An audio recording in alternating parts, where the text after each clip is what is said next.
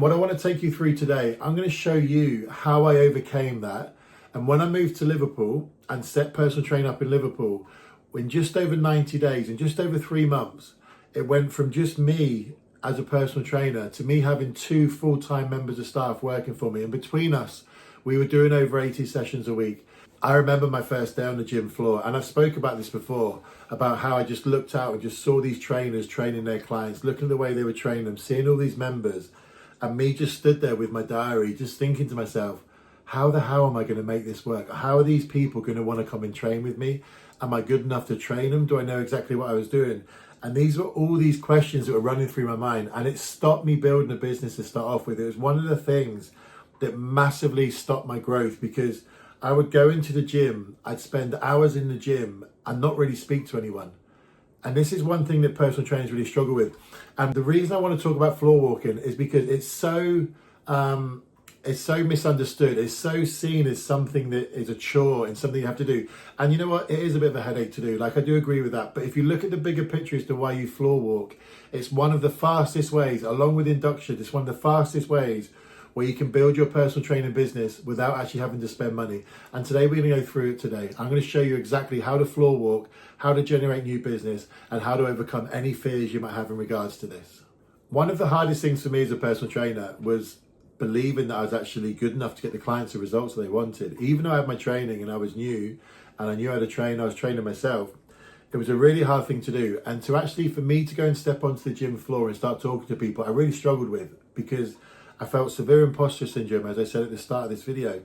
And it massively held back my business, because once I changed the shift in how I thought about it and actually realized, you know what, I've done my study. I know how to get clients results. I'm going to learn how to coach as I go along. I understand that side of stuff. But the fundamentals of helping the people that I wanted to help, I knew what to do. I just needed to get people to come in, invest their money in me and believe in the product. And that's really a hard thing for a personal trainer to do, because you'll look at other personal trainers in the gym. You'll see how busy they are. You'll see how they engage with other members. And if that's not your personality, like it wasn't mine, it's a really hard thing to overcome. I still train in a couple of commercial gyms in Liverpool now. And it's quite strange, because I see trainers who are like myself. So there's some trainers who you can see they're fully booked, they're doing really well. And then you've got the new trainers, and you've also got the struggling personal trainers. And you see them and they all follow the same thing. They'll be pretending to put machinery away or equipment away, They'll be talking to reception or hanging around like areas where they feel comfortable with, or they'll genuinely be on their phones, like scrolling on their phones or pretending to be doing something different. And the reason I find it quite funny is that was me. Like, that was me as a trainer. I was never scrolling on my phone. Didn't have that back then. I think it was Blackberries were still going when I was back then. But as a trainer, I would do everything but want to go and talk to members, because I didn't want to feel like a salesperson. I wasn't a salesperson anyway. And one of the hardest things for me to get my head around was, being a personal trainer doesn't mean that you have to go out there and sell. Because if you work in a commercial gym, your target audience is being brought to you. They're being brought into the gym. It's not like if you work in a private studio or if you're an online trainer where you have to bring people to yourself. The gym are bringing all these people to you to help build your business. And this is why I feel sorry for trainers who don't get this. Once you're in work, in that commercial gym, you're there to work. You're there to build relationships and generate clients. Don't waste your time doing stuff which doesn't help, because all that means is you just drag out the day. And the less you do something, the harder it's going to get. Nobody wants to feel rejected. Nobody wants rejection. And one of the fears I had as a personal trainer was that if I was going to go and talk to these members and I pitched my service to them, that they'd say no. And then you'd be like, okay, I'm going to move on to the next one, because that's what you're told to do as a trainer. I remember being told this. And that fear of rejection, of constantly like going to one client, it just completely killed confidence. And it's why a lot of personal trainers struggle, because building a business is really simple, but a businesses are built on relationships and you providing solutions. That's all they're built on. And you as a personal trainer, you're in the gym and you know that you've got the information that they need to get the results that they want. You know you can help them. If they're somebody who's in your niche, you know that you can help them. And this was something that I learned very quickly. So rather than going onto the gym floor, the biggest mindset shift for me was to go onto the gym floor and go with the mindset of, right, you know what, I'm just going to build relationships. I'm going to get to know the members. I'm going to get to know why they're here. I'm going to get to know what they're training for, what they've done in the past, what has worked for them, what hasn't worked for them, what's working for them right now, what their struggles are. And I'm going to build the biggest client member relationship ever. So I know everything about their training. So when I go and have conversations with them, how are you getting on with this? How are you getting on with this? Did you try that? What are you doing now? What's your next phase? And it wasn't me offering advice. I'm going off the back of what they said, okay? And they would then naturally ask for advice. So one of the biggest shifts you got to do is when you're on the gym floor, don't go out there with the purpose to sell. Go out there with the purpose to find out about the person, build that relationship. Because once people know that you genuinely care and you genuinely want to help them, they will come to you for advice. They will come and talk to you. They will ask your opinion on something. But if you're going out there to directly sell, you lose that respect. Unless you're a well-established trainer where people half know that you're going to come across, you will lose that respect as a trainer if you're constantly out there selling. You should be letting members know, look, I really care about you coming here. I really want you to get the results that you want, and I can help you with it. But let's start by building that relationship first. When I first started working at the gym in Liverpool in Total Fitness on Edge Lane, there was a female trainer in there, and she was so good with her clients. Like the stuff she had them doing was brilliant. And I thought to myself, because you are in competition, by the way, and I thought to myself, you know what, she could be somebody who could potentially take a lot of clients from a business because of how good she was as a trainer. But after a week or so, she wasn't busy, and I couldn't work out why until I actually sort of started spending more time and started watching how she was. And the reason she wasn't busy was because she would be sat there on her phone like this. She'd have her head in a diary, or she'd be on her phone like this. And she just wasn't approachable. She wasn't an approachable member of staff.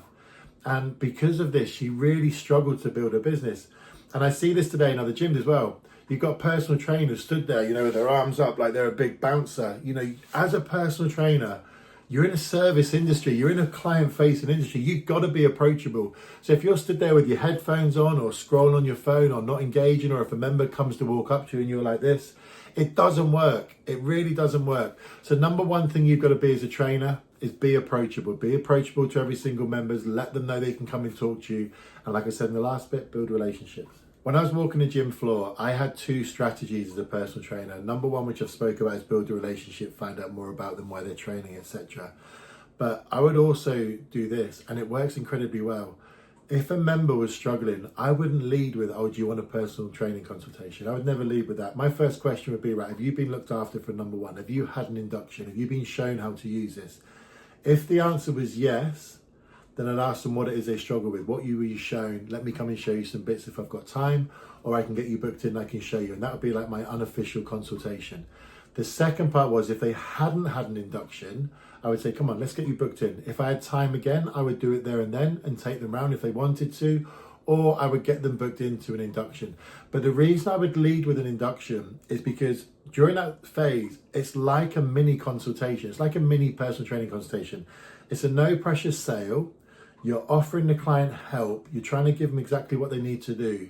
And it gives you those 15, 20 minutes period of time, walking around the gym floor, finding out more about them, giving them the machines that they want to use, showing them exactly what to do, finishing with a little ab session. Again, go and watch the induction video I did, finishing with a little ab section, and then you have your little sales pitch at the end of it. I very, very rarely, unless they asked, would lead with, do you want to come in for a personal training consultation? Because to me, that was too sales. That wasn't my character. My character wasn't to lead like that. I know some people do, but for me, it was very simple. Build relationships and give help. And that's all you need to do on the two things. Go and build relationships with clients, go and talk to the members. And if they are struggling, then you can then offer them induction and go from there.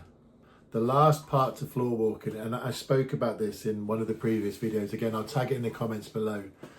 If you're a personal trainer and you want to work certain hours, they're the hours you've got to floor walk, because they're the ones that are there. It's such a simple concept, but trainers don't do it. They feel like they have to be there all day, or they'll split shift or whatever they want to do. If you're building your business like I did from early morning till mid-morning, then they're the hours you're at the gym. They're the hours you're floor walking. And the more present you can be, the more they see you around there, the easier it's going to be for you to build relationships and build your personal training business. So the last thing I need to tell you is be consistent and be present. Be on the gym floor. Don't hang around reception.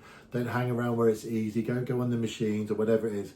Go out there, talk to people, engage, and genuinely find out. And I know, without going back through the edit of this video, I know that I've repeated myself about engagement and building relationships, but I can promise you, building relationships and being present and being consistent, that is the best way for you to build your personal training business in a commercial gym.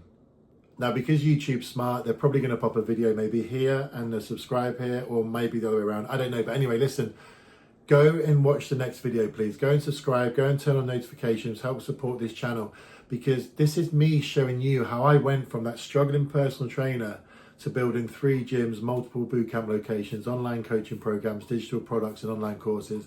I'm showing you everything I had. And like today, we spoke about floor walking today. It's one of the first things you need to conquer as a personal trainer to build your business. So please go and subscribe, go and turn on notifications, and watch the next video it tells you to do. And let me help you build your business completely free of charge.